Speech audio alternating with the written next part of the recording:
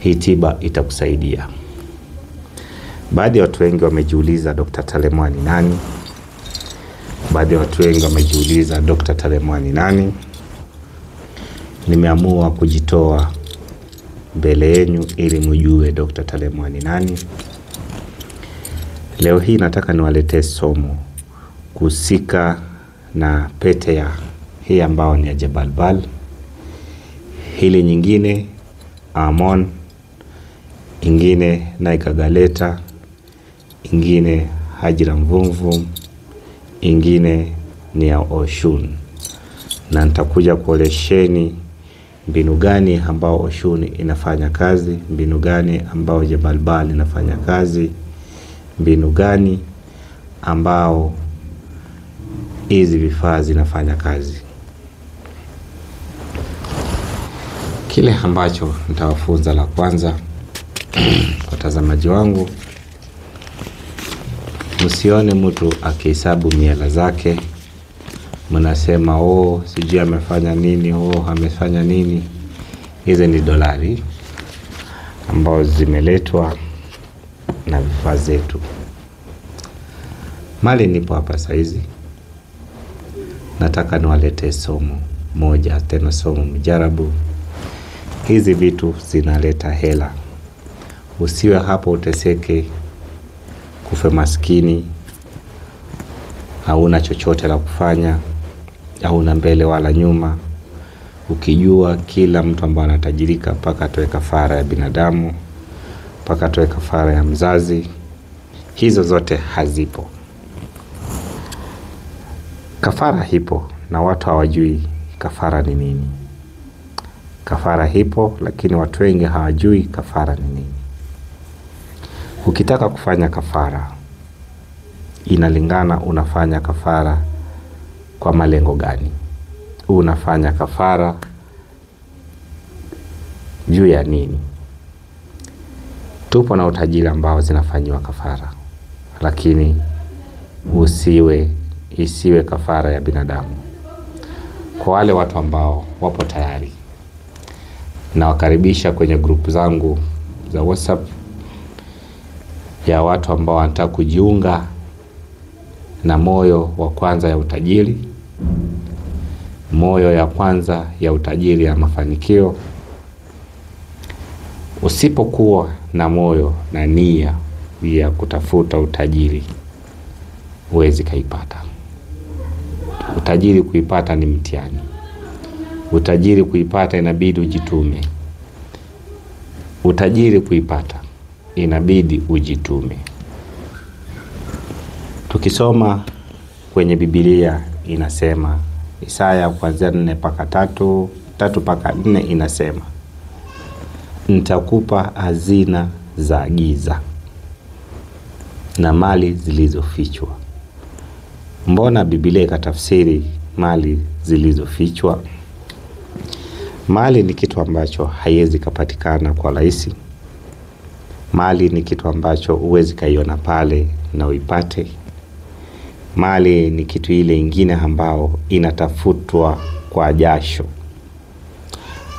Nitawaletea hili somo watazamaji wangu ambao mnanitazama. Ukitaka kutafuta utajiri, ukitaka kutafuta hizi hela hapa, ukitaka kutafuta kitu inaitwa hela, kabla hujatafuta hela inabidi ujue umesimama kwa kategori gani, umesimama wapi, malengo yako ni lipi. Utajiri hipo, sio tia hipo, utajiri hipo. Na tunaona matajiri wengi wapo, lakini kila tajiri yupo na siri yake ambao aliotumia kwa kufanikisha utajiri wake, aliotumia kwa kupata utajiri wake, aliotumia kupata utajiri. Wewe ambao unanitazama, unatumia mbinu gani? Kwa wewe ambao unanitazama, unatumia mbinu gani kupata utajiri? Jiulize hivyo. Tupo na njia aina nyingi ya kupata utajiri. ile tu ujitolee. Kupata utajiri ni kujitolea. Na tunaambiwa asiyefanya asile.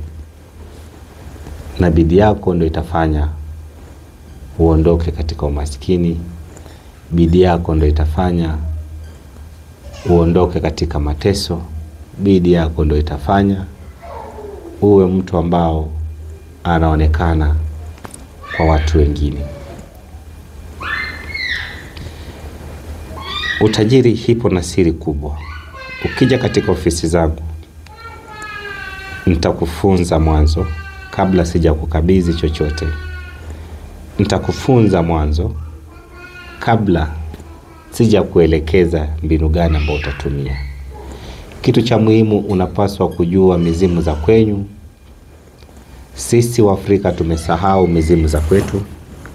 Tunaabudu vitu zingine ambazo hazifai. Tunaabudu vitu zingine ambazo hazieleweki, na tukasahau Uafrika wetu na uasilia wetu. Ndio changamoto ambao tunapitia. Utajiri, kukupa utajiri, tutatumia mizimu za kwenyu kukupa utajiri. Tutatumia mizimu za kwenyu kukupa utajiri. Utajiri sio kitu ambacho unaketi tu hapo alafu unaenda kujishtukia umeamka asubuhi unakuta uko na utajiri. Hela ni vitu zingine ambao kupata na kuwa ni nadra kabisa. Binadamu mpaka tujifunze mbinu gani ambao tunatumia kupata hela, mbinu gani ambao tunatumia kutafuta hela ili ufanikiwe kimaisha. Ndugu zangu, ili ufanikiwe kimaisha, pa kutumie mbinu ya hali ya juu sana ili ufanikiwe kimaisha. Pa kujue mtu, kuwe mtu mtunza siri, ambao sio mtu wa kulopoka na maneno zisizofaa. Usiwe mtu ambao wa kuzungumuza na maneno zisizofaa. Utakuja kufanikiwa kwenye maisha. Mimi sina mengi la kusema. Leo hii nimejitokeza nikitamani kuelimisha, nimetamani kuwafunza, nikatamani ili nyinyi pia siku nyingine muwe watu ambao wanazungumziwa. Hii dunia, ukiwa mtu ambaye umeajiriwa kwa mshahara ya $500. Kwa mfano ninasema $500, utaonyesheni. Kama utakuwa umeajiriwa kwa kiasi hiki ya $500, hiki $500, utakuwa, ndugu yangu, kitu ambacho subiri kwa maisha yako ni kifo. Hiyo ni kitu cha kwanza. Usubiri kifo.